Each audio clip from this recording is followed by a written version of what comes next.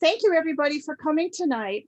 We really appreciate your being here, and we appreciate your patience. We are so pleased to bring you tonight's program on the history of Alvin Karpis and the Barker Gang. I'm really looking forward to this one. But I want to thank our special partner in tonight's program, Sarah Hansen with the White Bear Lake Area Historical Society. Thanks, Sarah. Absolutely. It's a mouthful, believe me.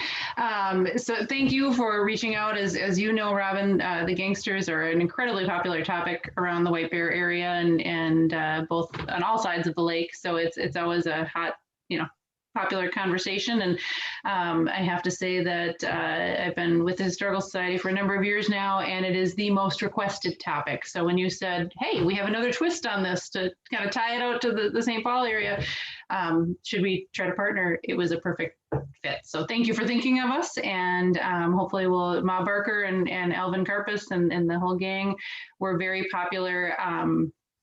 We're specifically the ones who made their way out to the lake, to our lake, more often than probably anybody else, or at least that we can document. So this is a fun piece for us. So thank you for having us be a part of it. We're looking forward to it. Great. Thank you, Sarah. I'm Robin Priestley with the Ramsey County Historical Society. And again, I want to thank everybody for being here and to let you know that the program will be recorded and will be available on our RCHS YouTube channel within a few days, probably. If not tomorrow, then Monday, whenever the recording can be prepped and ready to go. So some technical reminders, please keep your microphones and personal cameras turned off. And please feel free to type your questions and comments in the chat, which you can find at the bottom of your screen. We'll have questions at the end of the program. And after the program, I'll turn off the recording and you may turn on your microphones and cameras so we can all chat together.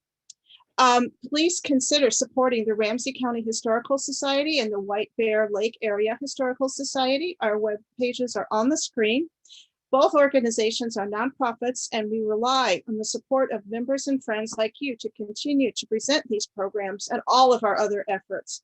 And there are some great benefits for joining, including the RCHS quarterly magazine, Ramsey County History. So that again can be all found on our website. And you may find upcoming programs, how to join or donate, membership benefits, and much more. And I want to remind everybody that next week, Thursday, May 13th at 7 o'clock, we have a very special History Revealed program with Professor Carlos Hill, who will be sharing his new book on the Tulsa Massacre, which took place 100 years ago this month. It's a very important part of our history, and the book is fantastic, and we're looking forward to that. So I want to share a statement that acknowledges this sacred Dakota land.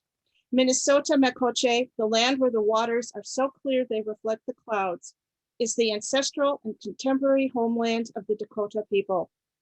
It is also home to the Anishinaabe and other indigenous peoples. The Ramsey County Historical Society acknowledges that its sites are located on and benefit from these sacred Dakota lands. Ramsey County Historical Society is committed to preserving our past, informing our present, and inspiring our future. Part of doing so is acknowledging the painful history and current challenges facing the Dakota people, just as we celebrate the contributions of Dakota and other indigenous peoples. You may find our full land acknowledgement statement on our website. This full statement includes actionable ways in which Ramsey County Historical Society pledges to honor the Dakota and other indigenous peoples of Minnesota Makoche. RCHS is committed to presenting the stories and histories of all in our community, and I'm so pleased to bring you tonight's program. Some of it is personal to RCHS. We have our offices in the Landmark Center in downtown St. Paul, which held a lot of Prohibition trials. And Alvin Karpis, the hero of our story tonight, was incarcerated in the room that's across from our office where our copier now lives. So we have a direct connection with Alvin Karpis. And I want to introduce Deborah Frethem and Cynthia Schreiner Smith. Deborah previously published Ghost Stories of St. Petersburg, Clearwater, and Pinellas County with the History Press in 2007. Haunted Tampa, Spirits of the Bay in 2013, and Haunted Ybor City in 2014. She has also written scripts for historical tours in Minnesota and Florida and conducted these tours for more than 20 years. She has a bachelor's degree in history from Olaf College and has served as tour manager for Down in History Tours in St. Paul. Deborah is currently a writer and a storyteller and sometimes lives on a boat in the Mississippi River in downtown St. Paul. Cynthia Schreiner Smith is an actor, writer, producer, born and raised in St. Paul, Minnesota, where she still lives in a suburb outside the city. This is her first book, but she has published short pieces on St. Paul history in the St. Paul Almanac in 2012 and 2014. Since 1998, Cynthia has worked as a tour guide for Down in History Tours in St. Paul, researching and writing scripts for their historical tours. She is best known there for performing the St. Paul Gangster Tour as Barker Karpis gang member Edna Murray, the Kissing Bandit. Cynthia and her husband, Vic Smith, are co-owners of Side Vic Productions, producing corporate videos and short films. In 2011, they produced Gangsterland, a documentary-style movie about 1930s gangsters in St. Paul. And I just want to remind everybody that to purchase this title and other titles from the History Revealed series, see our partner Subtext Books at subtextbooks.com. And I'll put the link to this book up in the chat in just a couple minutes. But I want to turn it over to Deborah and Cynthia. And thank you. Thank you. Thank you. I didn't know that we were going to get that lovely introduction. Thank you. Deborah and I had planned to introduce ourselves. I would just like to add one thing to my introduction, if that's okay. That bio was written back before the book was published, before the pandemic. And so neither of us are working for Down in History Tours anymore because that went away. But I'm very happy to say that I have recently started my own tour company called Sin City Tours, CYNCITY. And we do a walking gangster tour of St. Paul, and we start right outside the Landmark Center where you were talking about. And if all goes well, Deborah will be joining us soon, also as a walking tour guide. So that's all I wanted to add there. I don't know if Deborah, if you had more to add about yourself. I did want to add a couple of things. I did want to also mention that Down in History Tours is no longer functioning. We are still hoping that someone will come along and purchase the company and reopen it. But in the meantime, we were looking at other ways of doing things. And so Cynthia has come up with her wonderful, her own tour company, and we do some walking tours. It might even add a walking ghost tour of Summit Avenue. I actually did my first ghost tour this Saturday. So we're hoping that those things will come across. Down in History Tours, some of you may know, was part of the Wabasha Caves, and the owners they simply did decide to retire. It wasn't a COVID thing, although they sort of took COVID as a sign that it might be time. But Cynthia and I knew each other long before then. I think we've been friends for almost 30 years now, Cynthia, honestly. Say that. Can we admit that? I think we can. But I actually, Cynthia and I were both actors, and we did some plays together, including at Lakeshore Players up in White Bear Lake. We did several shows up there. And I think that's where we met, actually, was in met. White Bear Lake. Yeah. Yes, and she tried to kill me during musical comedy murders of 1940 at Lakeshore Players. So there's something criminal about our background somehow.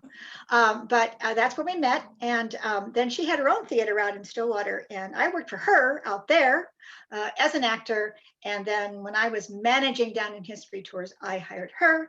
So I worked for her. She's worked for me. It's one of these symbiotic relationship type things. So we've known each other for quite a while. And then I also wanted to address where we got the idea, why we decided to put together this book. You heard in my bio that I had done 3 other books. These are all for History Press, which is a small press. It's actually joined with Arcadia Press now. Makes it a little bit larger. It's still considered a small press. It's in Charleston, South Carolina. For a few years, my husband and I lived in Florida, except during the summers.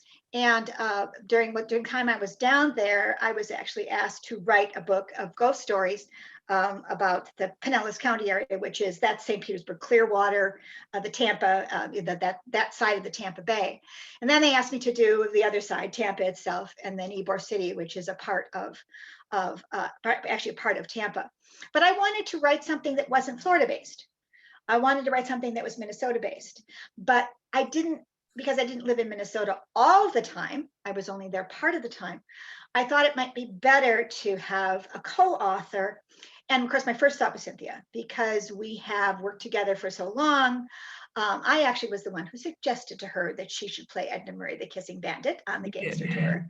And we both have a special interest in the Barker Gang. There's been a lot done in terms of the gangster history of St. Paul. Most of you are probably familiar very much with Paul McAbee's wonderful book, John Dillinger Slept Here. But that book is actually, it's over 25 years old now. And history is a dynamic thing. And I'm sure most people here you're interested in history, you know that. History is not static. We learn new things all the time. And so Cynthia and I decided we wanted to go ahead and try to put together specifically the Barker Gang, and Alvin Karpis in particular, who was really the leader of the gang. It wasn't really Freddie Barker by any means. It certainly wasn't Ma Barker by any means. And so we really wanted to emphasize Alvin Karpis's history and also incorporate some of this new research and that's coming along, and new things that have been found, which leads very well into what Cynthia is going to talk about. Yeah, I was just saying that research. Oh my gosh, the research. And although both of us had been doing the Gangster Tour for over 2 decades, as Deborah says, you're always learning things. And back in 2011, my husband and I, we have a video production company also. We produced a movie called Gangsterland about gangsters in St. Paul, and it's out on DVD. And we got really lucky in that there was a gentleman up in Canada by the name of Robert Livesey, and he helped Alvin Karpis write his second book, On the Rock. And he helped us with, a little research for this movie. And then Deborah said, well, let's write this book. And I went, okay. And so I contacted Robert again. I can't believe he's still around. He was a really young guy when he helped Alvin Karpis write his book. And so he helped with a lot of research, and there's so much new information and misinformation that we were able to correct by talking to this person who actually knew Alvin Karpis really well. I mean, it was interesting talking to Robert, because he's going like, well, Al was staying at my house and I went to see Al in Spain, and and I'm like, wow, oh my God. And also through working at the caves, also got to know other people. Another very important person that helped us was a woman named Pam Payden Tippett.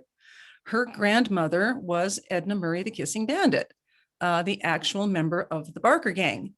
And so she was just invaluable in helping us with research. And we had many other sources, of course, but being able to interview these two people who actually knew the people that we were talking about was really great. And then also we have to give a great big giant shout out to these 3 guys that run the St. Paul Police Historical Society. They were great. They gave us so much information. They gave us photos for the book.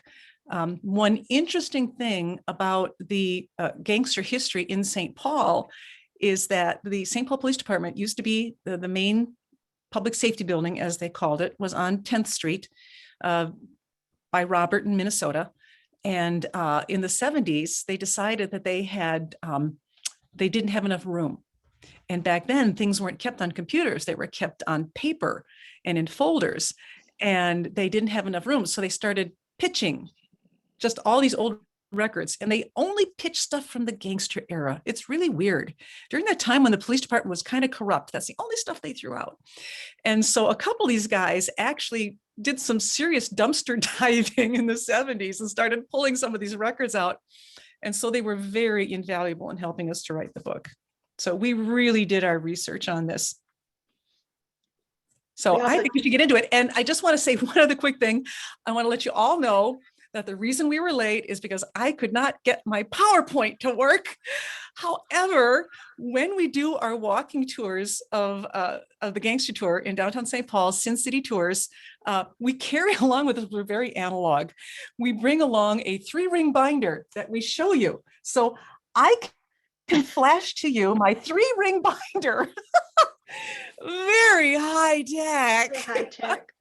So yes, so I start the tour by saying, look at all these guys who came to St. Paul back in the 1930s, Dillinger, Babyface Nelson in the middle on the top there, Alvin Karpis over here, the Barker brothers, and this guy down here is Pretty Boy Floyd. He didn't come to St. Paul, but he's pretty. So we show him to you. So I may flash a few photos from time to time as we explain to you why all these guys were in St. Paul. Take it away, Deb. Exactly. Yeah, and why all these guys were in St. Paul. That's another good segue there, Cynthia. And one of the things I wanted to stress too in terms about why when we wanted to write the book, we are not in any way glorifying these guys. I want to make that very clear. We want to make, these were bad guys, and our interest in them is history. But we're not trying to glorify them in any way. And I just wanted to add that and make that clear. But why they came, that goes back actually to a police chief who first became police chief in 1900. And his name was John J. O'Connor, and Cynthia's flashing us there. Here he is. Yes, I'm flashing. John J. O'Connor. And one of the things that in particular, the St. Paul Police Department Historical Society wants us to say, and it's very true, they tend to blame O'Connor for this horrible era of the gangsters coming to St. Paul. The fact is, O'Connor was a good cop who wanted to reduce crime. And he thought he could do it with what he called was intelligent police work, fighting organized crime with organized police work. And that's why he came up with the system. Now, we refer to it today as the O'Connor layover system. It was never known by that in his time, but that's his name that's on it. It obviously survived him by many subsequent police chiefs. And Cynthia later will be talking about Police Chief Tom Brown, who was really the police chief at the height of the corruption era in St. Paul and in Minnesota.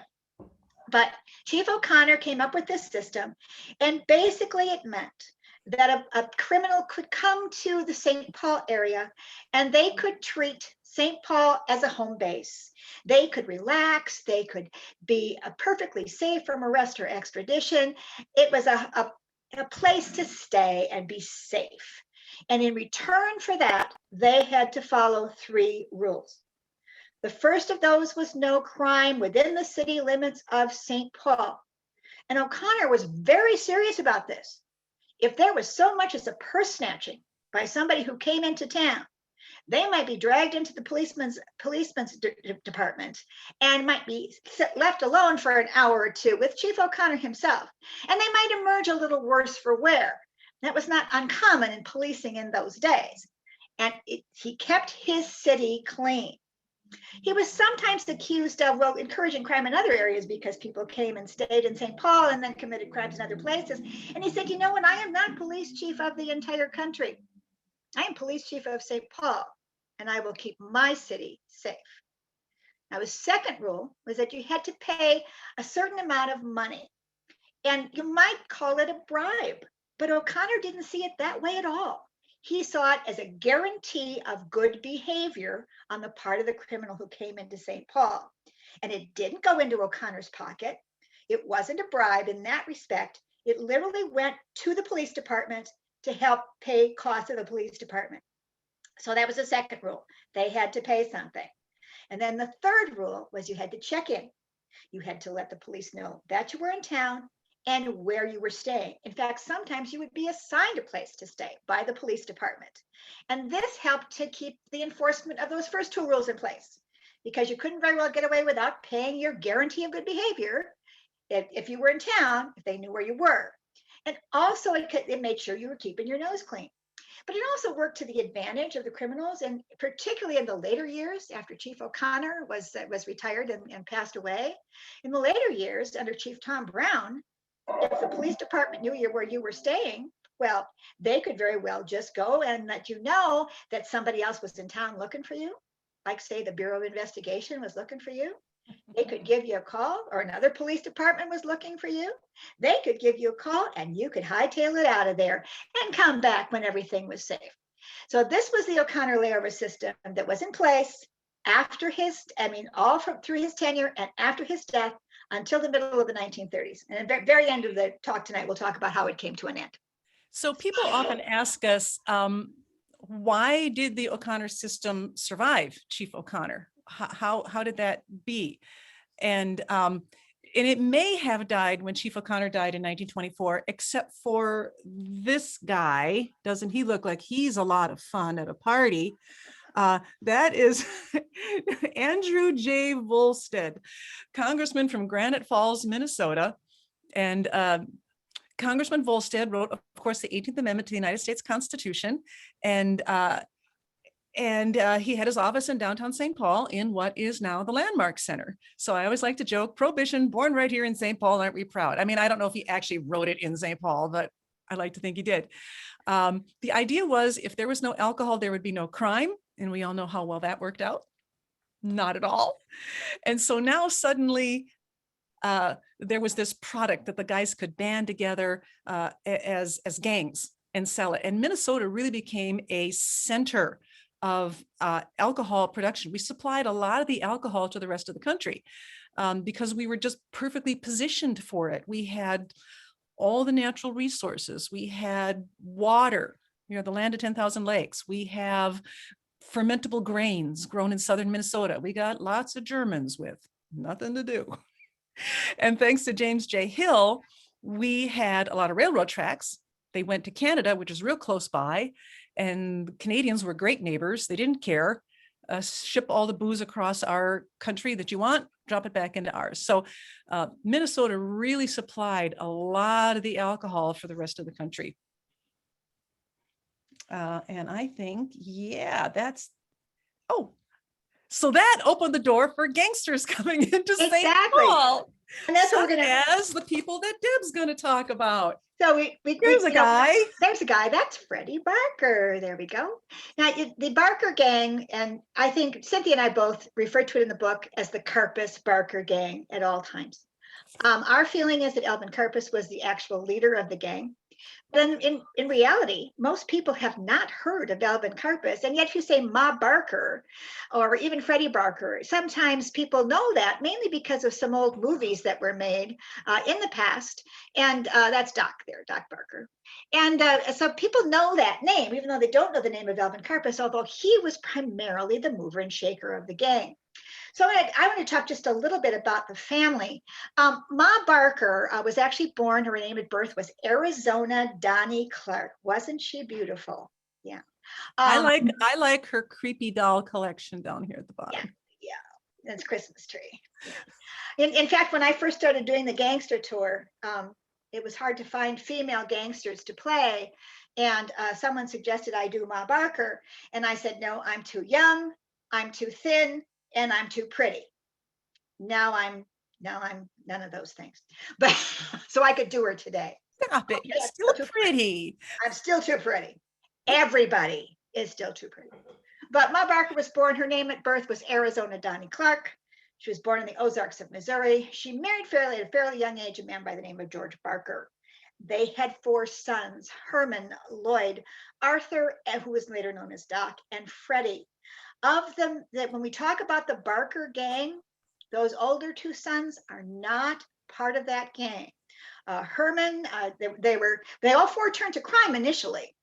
Herman died very young in a shootout with the police, and there's a lot more detail about this in the book, but I'm just giving you some basics here. Herman died very young, so he was not part of the gang as we know it. And Lloyd, also a criminal, but he went to prison and was not paroled until the 1940s. And so by the time he got out of prison, the gang was long disbanded and long gone. Would he have joined the gang if it had still been around when he was paroled, or if he'd been paroled earlier? That we don't know. In fact, I kind of look at Lloyd as kind of a tragedy, because I think he might have been able to be a success story. When he was finally paroled, he actually had a couple of years of happiness. He married a woman, had a couple of children. She went crazy and killed him with a shotgun only a couple of years after they'd had their children. She'd become convinced that he was going to murder her and their children.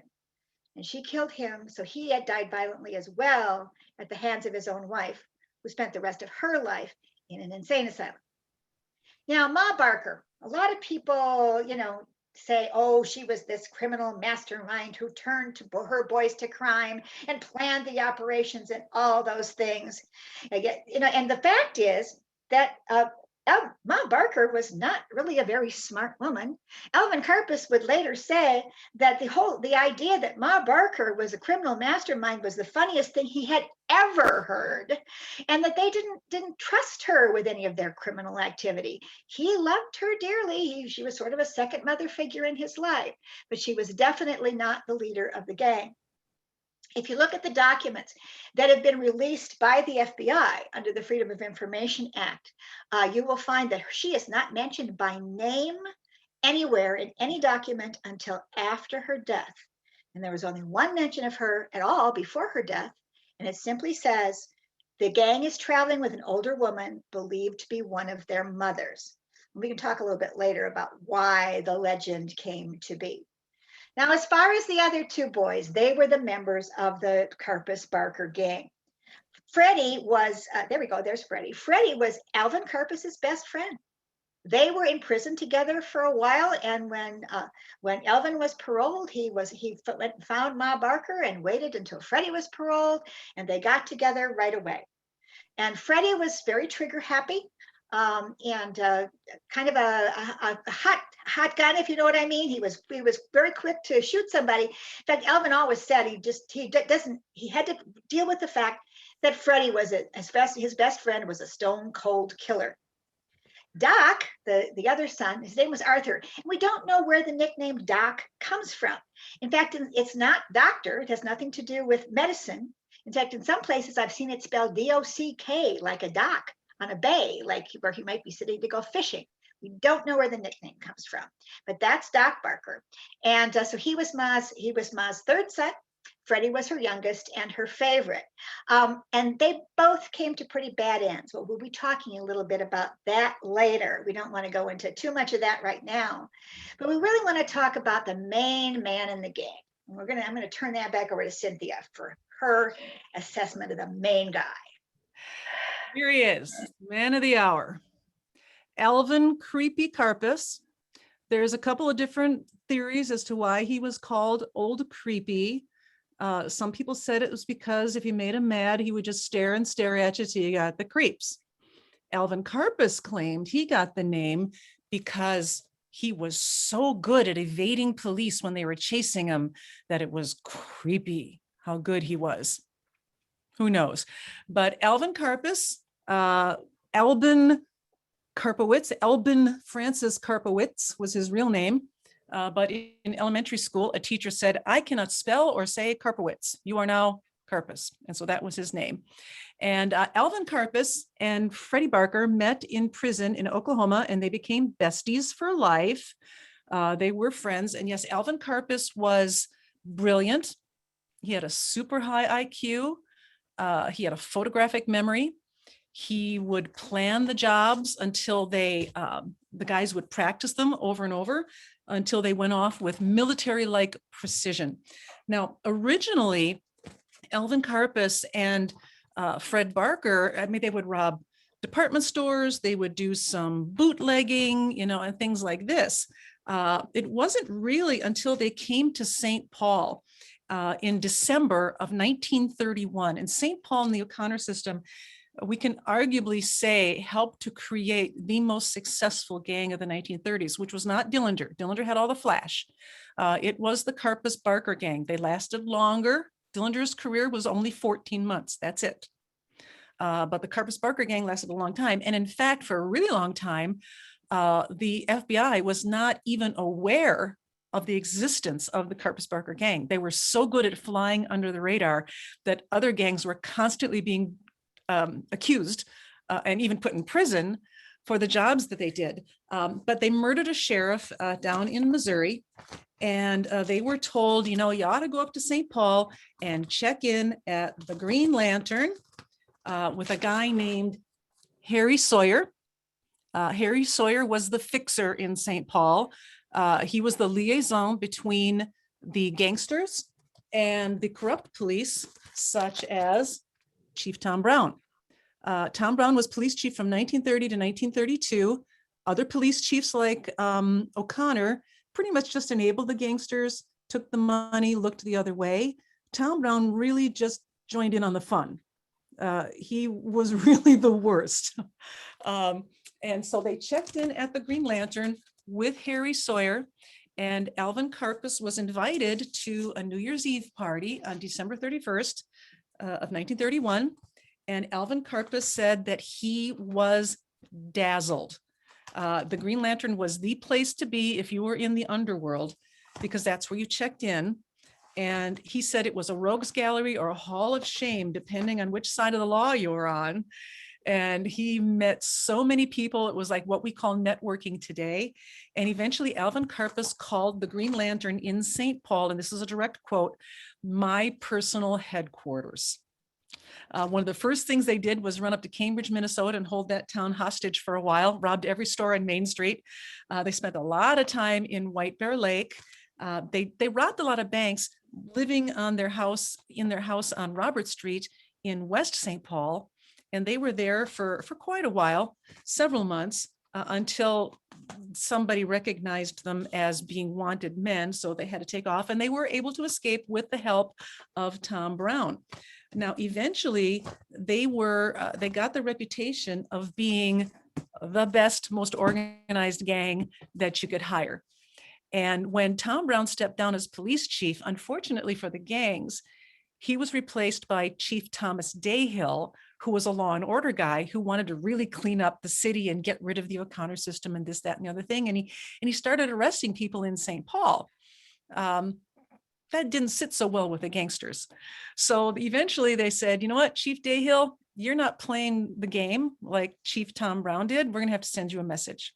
So Alvin Karpis and Fred Barker were summoned by Jack Pifer, this guy, to his very fancy restaurant speakeasy called the Hollyhocks, which was on Mississippi River Boulevard near Cleveland Avenue. It's a private home now, so don't go there trying to buy some hooch or do some gambling. But Jack and his beautiful girlfriend here, Violet, lived on the top floor, and they had the restaurant on the bottom and gambling on the second. And he asked Alvin Karpis and Fred Barker to come there, and he said, I want you to do this giant crime within the city limits of St. Paul, because we need to send a message to this police chief who is not playing along with the O'Connor system. And he says, I want you to kidnap a guy. And Alvin Karpis is like, yeah, I don't know. You know, that sounds like a little too much work. You got to feed the guy. I don't know. I'm really good at bank robbing, a snatch job. That's not my thing. But then when Jack Pifer told him that the ransom was going to be $100,000 and he gets to keep 90%, now that's like 1.8 million in today's cash. And then Karpis was like, you got a deal. All right. And Karpis says he was halfway out the door of the Hollyhocks before he remembered to turn around and say, oh yeah, who do you want me to snatch? Aha. And he was informed, this guy, William Ham Jr., president of the Ham's Brewery, also considered St. Paul's most eligible bachelor. I don't know, ladies, you can decide for yourself. Is he a good looking guy? And they snatched him in St. Paul near his brewery, but they planned that job from their house that they rented up in White Bear Lake on Bald Eagle Lake, coming down and watching him every day. And we do outline the details of that kidnapping in the book. Unfortunately for the gangsters, Chief Dayhill did not get the message. He still kept arresting people. So they said, well, we need to do another high profile crime in St. Paul. And this time, Harry Sawyer of the Green Lantern contacted the Karpis-Barker Gang and said, well, you did so well with Ham. Let's snatch another guy. And so this time the victim was this guy, Edward Bremer, president of the Commercial State Bank. They snatched him January of 1934, shortly after he dropped his daughter, Betty, 9-year-old Betty, off at her school over on Goodrich Avenue, just off of Lexington. And it really is the Bremer kidnapping, along with John Dillinger doing a big shootout in St. Paul, just down the block. Here he is. There's the bad boy, John Dillinger. John Dillinger lived a block away from where the Bremer kidnapping took place. And just a couple months later, he had a big shootout there. And so now people are starting to say, wow, St. Paul is corrupt. So that's really when the the investigation began. And I'm going to kind of speed up here. I know we started late, but I want to get done. Just because Deborah brought it up, the character that I played for Down in History Tours for many, many years was one of the very few female gangsters. And she ran with the Karpis-Barker Gang along with her boyfriend, Volney Davis. So here she is, Edna Murray, the kissing bandit, and her boyfriend, Volney Davis. They were sweethearts on and off for 14 years. Volney Davis was the guy who drove Bremer's car after they kidnapped him, and he was eventually convicted for it and spent a lot of time in Alcatraz. Edna sang like a bird. She did not want to go to prison. She says, I am too pretty for that. And so she pretty much turned in a lot of the other guys after all this came, and they started coming to what is now the Landmark Center for all of their trials. But I'm jumping ahead a little bit. First, we need to tell you exactly how the O'Connor system came to an end. And that's you, Deb. That's me. Okay. Well, we talk a little bit about the trials. It's interesting, and Cynthia mentioned that other gangs were getting blamed for the Karpis-Barker activity.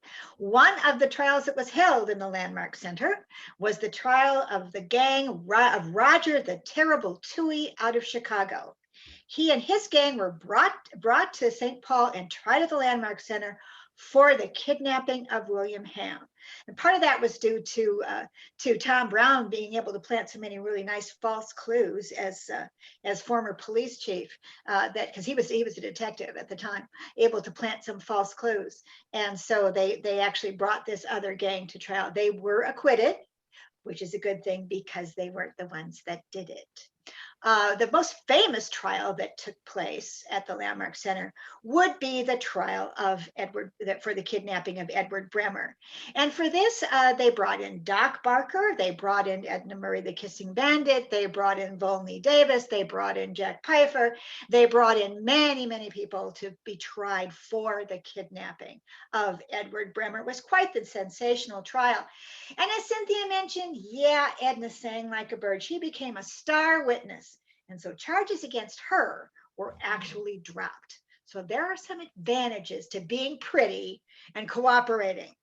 But the other people were all found guilty. Doc Barker was sentenced to life in prison. He did not take the stand in his own defense, incidentally. And the judge said to him, "You have no excuse. You deserve every bit of punishment you get." And he was processed through Leavenworth prison, but eventually sent to Alcatraz. He was not a model prisoner there. He was known as a troublemaker, and in 1939 he attempted to escape from Alcatraz.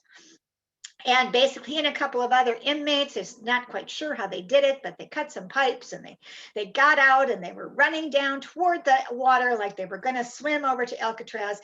And they just simply they were shot. Now, Doc Barker was not shot to death immediately. He was wounded, but died in Alcatraz in horrible pain. So as we say, crime doesn't pay. But that was probably the most famous trial there. Well, in a minute, we'll let Cynthia talk about what happened to Alvin at the Landmark Center. That was not really a trial, was it, Cynthia? Not much of one. Not really. But people often want to know also, of course, what happened to Ma and Freddie. After Doc was captured, and in fact, even before Doc was captured, Ma and Freddie hightailed it down to Florida. They actually thought they might have gotten away with it for a while.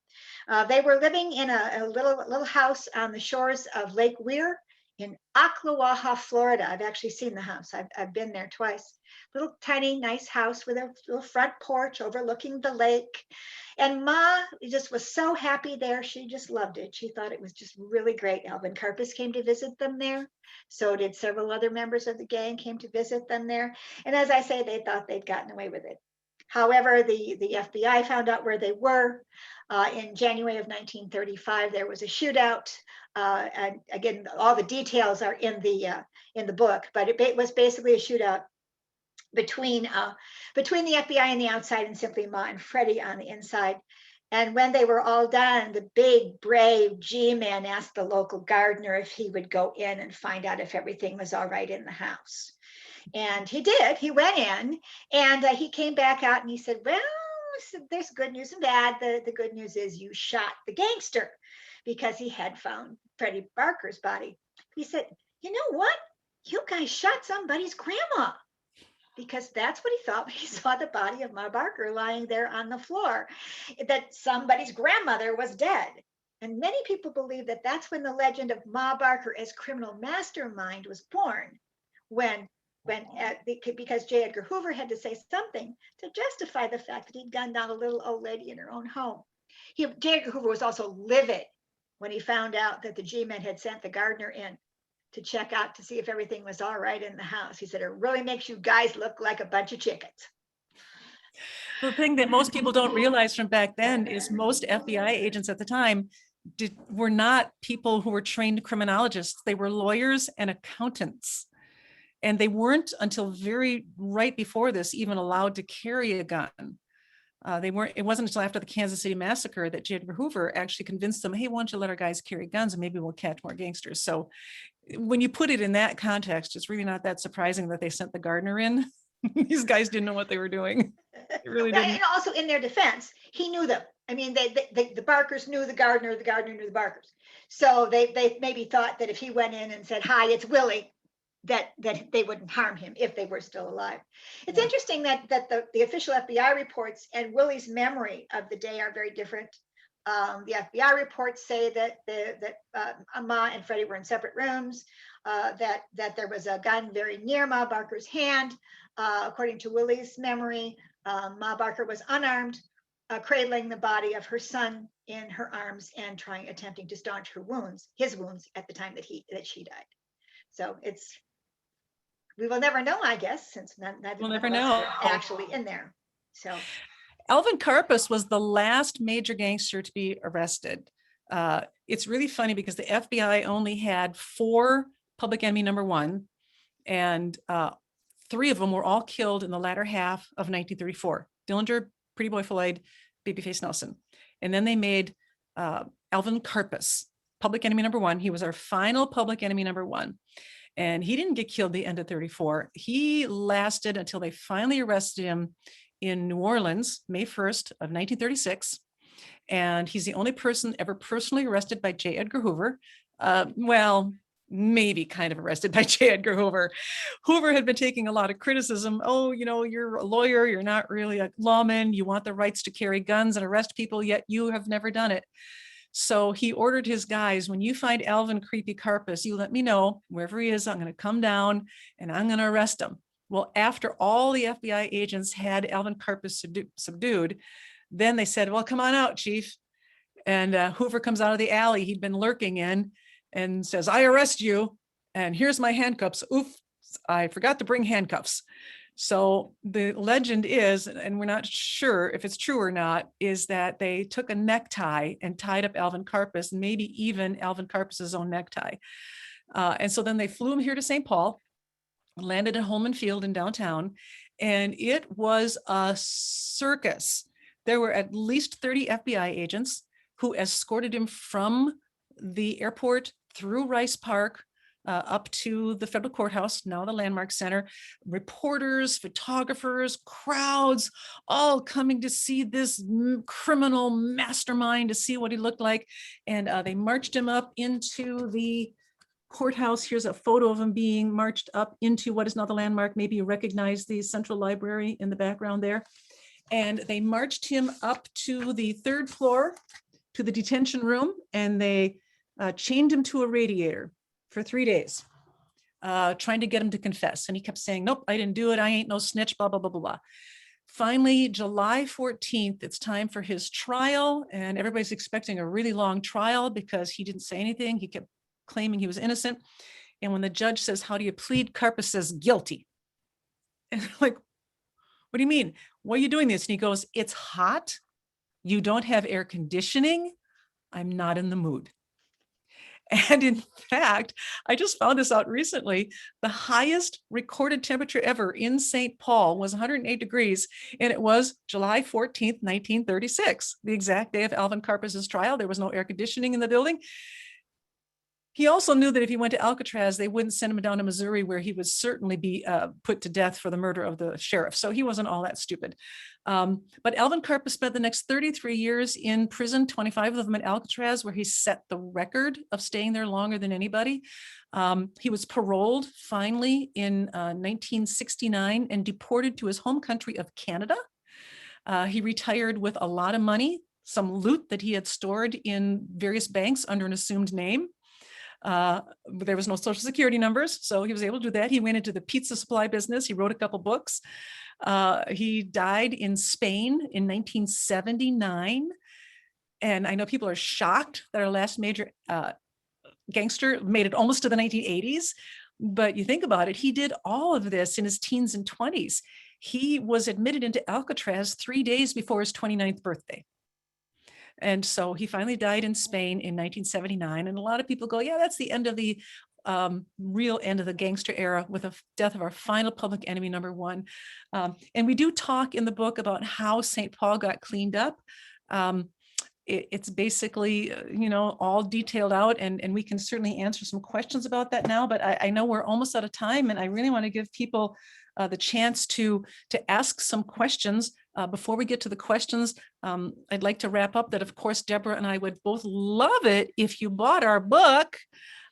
If you come down and take a tour with Sin City Tours, CYNCITY. I do sell books on the tours, and you can get one signed.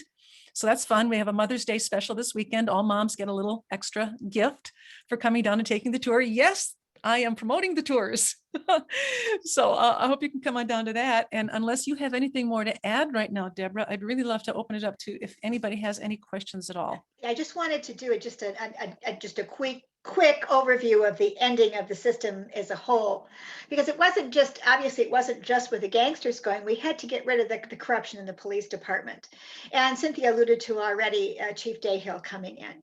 And in fact, Chief Dayhill had a really rough road to hoe. It was very, very tough for him. A lot of the corruption was very entrenched, and it was difficult for him, and he was only police chief for a very short time. And in fact, he got accused of corruption after he was finally out of the police chief's office. And he ended up retiring and opening a restaurant in downtown St. Paul. I mean, heaven knows running a restaurant is not an easy business, but Chief Dayhill figured it was easier than having to continue to work with the St. Paul Police Department.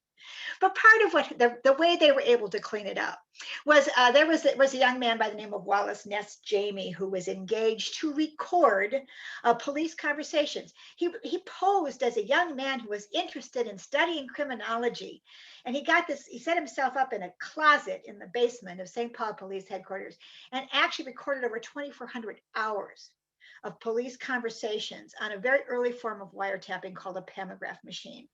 And those recordings became instrumental in the indictment and eventual imprisonment of several corrupt police officials in St. Paul. Ironically, one guy who got away was Police Chief Tom Brown. He ended up, they gave him his job back, but he had to sit at a desk. They wouldn't let him be a detective anymore. But very shortly afterwards, he left the police department. And he ended up going up to Ely, Minnesota, and he got himself a bar and liquor store up there. And of course, one of his main claims to fame was that he could regale everyone with his great stories from back in the days when St. Paul was the poison spot of crime in America. I think we're ready for questions. I know. I don't see any questions in the chat, though. Here either. So I was hoping that we would get at least one or two. Oh, it says, where is the Green Lantern and does it still exist? No, the Green Lantern does not exist. It was at 545 Wabasha Street, which is because it's St. Paul, that puts it between 10th and 11th. It's now a housing building, mostly senior citizens. But equally scary and nefarious. Equally scary, yeah. But it's no longer there, no. However, in the book, we do have a picture. And it's a picture that has not been published previously. We got it from the St. Paul Police Department Historical Society. We do have a picture of the interior of the Green Lantern. So if you want to see what the interior looked like, you can see that picture in the book. It's also interesting. It was the way it was set up to, even though the address was 545 Wabasha, you did not go in at that door. You had to go around and back. You had to know who to know. You had to be able to tell them who you were, who sent you, that sort of thing, in order to be able to get in the Green Lantern. Hence, Alvin Karpis' invitation to that fantastic New Year's Eve party was a really big deal, to be asked to come to that early on in his career in St. Paul. The Green Lantern was originally called Dapper Dan's. This is Dapper Dan. Dapper Dan was the victim of the United States' very first successful car bombing murder, probably done by Harry Sawyer. So, not to cast aspersions. There's a question down here. What happened to Harry Sawyer, owner of the Green Lantern? Well, you can see here he's got a prison number. Yes, he was one of those ones convicted in that big trial. He served, correct me if I'm wrong, Cynthia, it was the 1950s? He was They were released about in to- 1955. 55. They were And only 1 month after he was released, he died of cancer in Chicago. He spent 20 years exactly in Alcatraz. The parole was really a form of compassionate release because he was already dying. Yeah. And another important figure that we talked about that had a very interesting ending was Jack Pifer, the owner of the Hollyhock Saloon. He was among those convicted. He swore that he was innocent, and he was going to have an appeal, and everything was going to be fine. And that evening, after being taken from the courtroom back to his cell, he was found dead with cyanide poisoning. And the official diagnosis was that it was suicide by cyanide. But remember the pretty girlfriend that Cynthia showed you? She was his wife by then.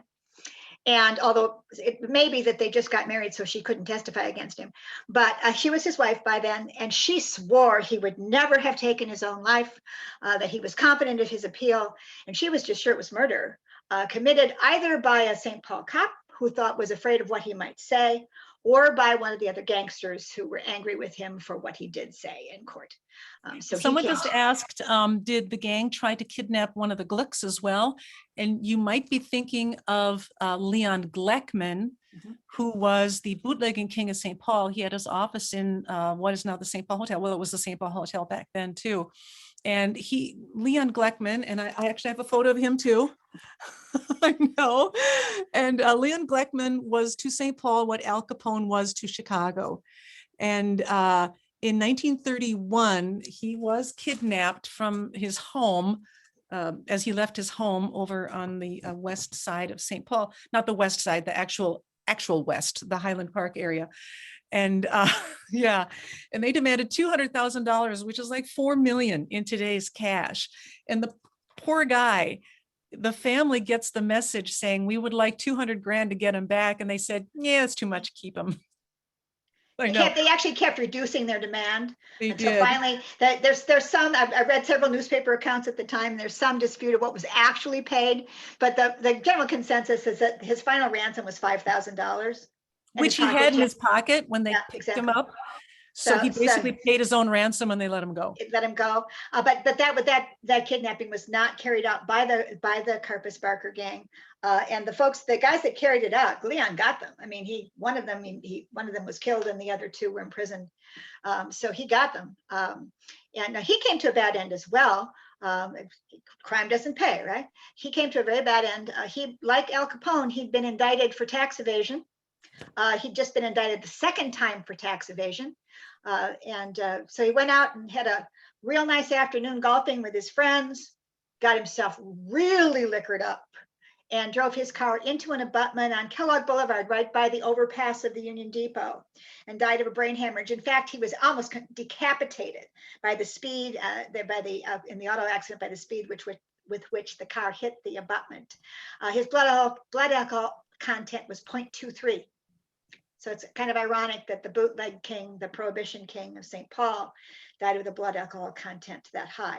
Again, there is some speculation that it may have been suicide. That he went out and had a nice afternoon with his friends, got himself as liquored up as he could and took his own life rather than go to prison. Although it may very well just have been an auto accident by someone who was very, very intoxicated.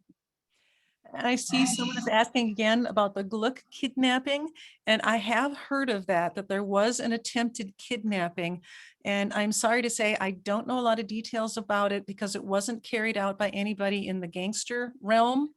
And that's kind of our wheelhouse.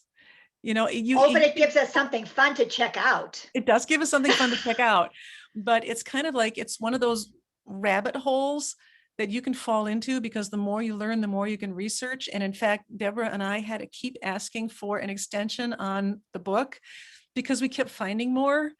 And one of the biggest things was I was finally able to contact Robert Livesey up in Canada again, the person who helped Alvin Karpis write a book. And the book was due like in 2 days. And I had to write the publisher and say, you know what, I cannot publish it without getting all of this verified by the guy who actually knew Alvin Karpis. There's another question here. Was the Karpis-Barker Gang involved in bootlegging or mostly robbery? The Karpis-Barker Gang was really not involved in bootlegging operations. They were in bank robbing was their thing. Even the kidnapping, when they started doing it, it was a new thing to them. And they robbed a lot of places other than banks. Alvin Karpis actually liked to rob nice clothing stores because he liked nice clothing and he'd like to be, sartorial and didn't want to have to pay for it. But they were not involved in bootlegging. And neither was Dillinger. Those guys, Pretty Boy Floyd, Babyface Nelson, they might be more accurately described as the motorized bandits. They were the ones who rode around in fast cars with good ammunition and good guns and robbed. It's still an outgrowth of Prohibition, though, because in a way it was, you look at people like Leon Gleckman, Kid Can over in Minneapolis, Al Capone in Chicago.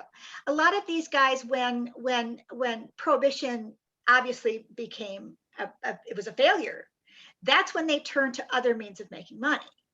And so you got this outgrowth in terms of organized crime. You got the prostitution rings, you got the gambling rings, and in terms of the motorized bandits, rather than making money bootlegging, they made it stealing. And in fact, Karpis, I believe at one point, didn't he say, Cynthia, I'm not a hoodlum, I'm a thief, and I'm good at it. I'm a thief. He said that he approached his job as a business, as a career, as a professional. And that's how he felt it. The closest that Alvin Karpis ever got to bootlegging anything was when they first came to Minnesota, and they were still a rather loose band, and they were still getting their feet, settled here in Minnesota, is they started stealing and reselling cigarettes. And at one point, Alvin Karpis claimed that they owned the bootlegging of cigarettes in Minnesota.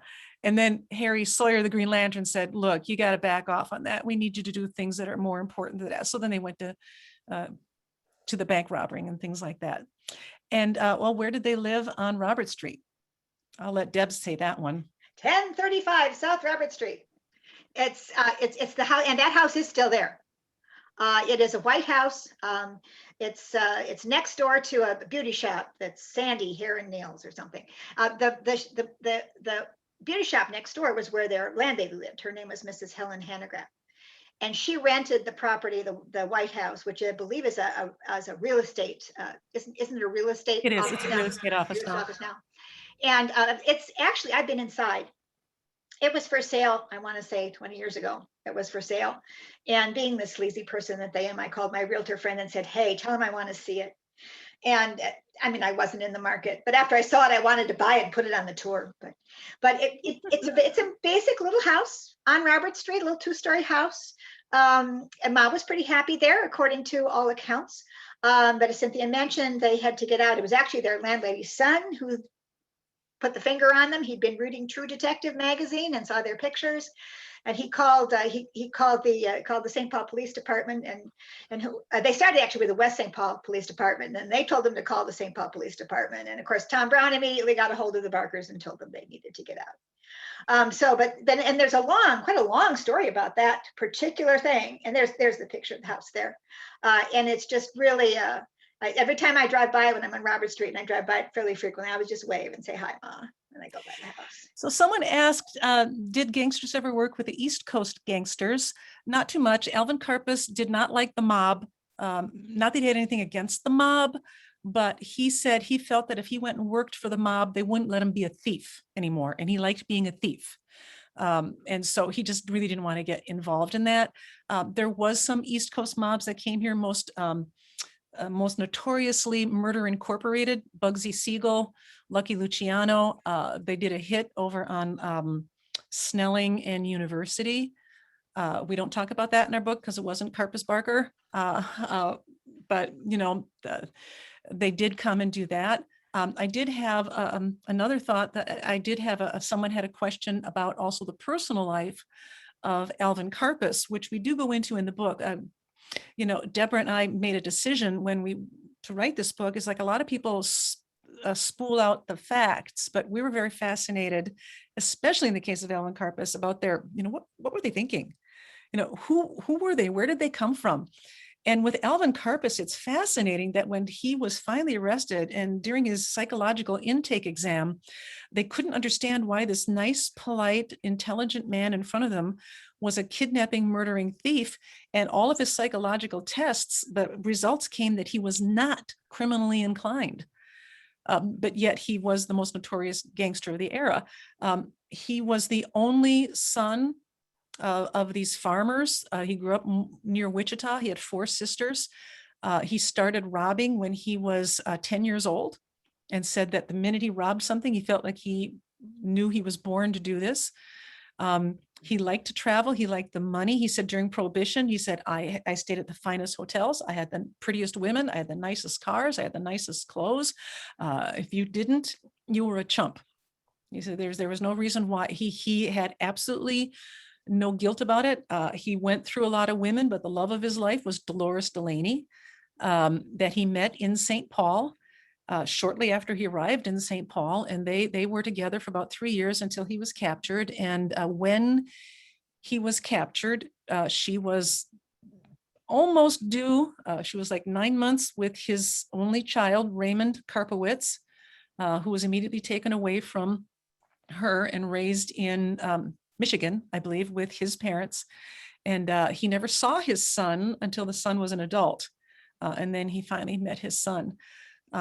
So he was a very interesting person, just had this really weird set of morals. It's okay to rob and kill and blah, blah, blah, but you don't skip out on your ICE bill and, you're polite and you treat women right. And so he's kind of an interesting guy. If I can get back to the Minnesota connection with East Coast gangsters for just a minute, because you're asking about Minnesota, not St. Paul specifically.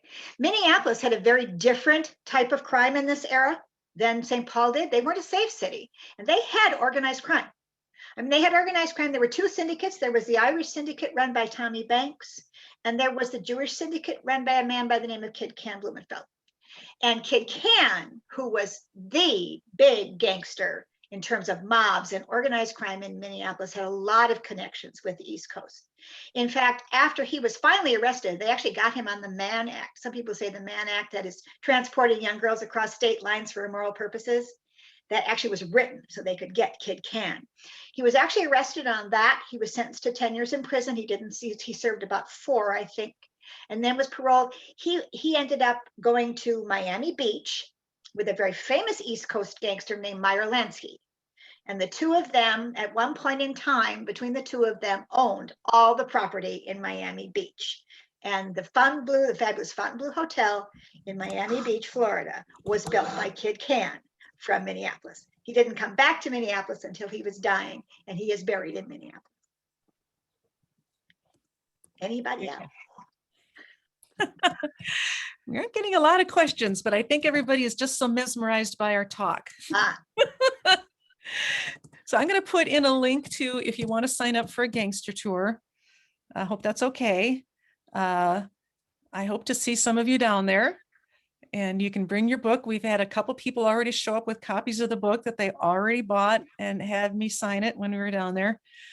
So unless there's any other questions, I think we can. If you want to go ahead and throw it open, Robin, and we just. Yeah, we'll throw it open, but I'll turn off the recording in a minute. But first of all, I want to thank Deborah and Cynthia for a wonderful, charming, and fascinating talk.